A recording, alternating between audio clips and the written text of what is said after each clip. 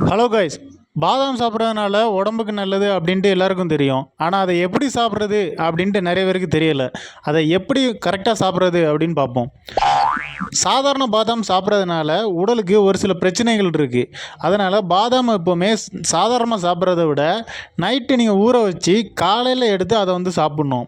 அப்படி எடுத்து சாப்பிடும்போது அதில் உள்ள தோலையும் நீங்கள் நீக்கிட்டு சாப்பிட்டீங்க அப்படின்னா இன்னுமே நல்லது. இதற்கு காரணம் என்ன அப்படின்னா, நீங்கள் ஊற வச்ச அந்த பாதாம் சாப்பிடும்போது உங்கள் உடல் அதில் உள்ள சத்துக்களை அதிக அளவு உறிஞ்சிக்கும். இது ஃபஸ்ட்டு பாயிண்ட்டு.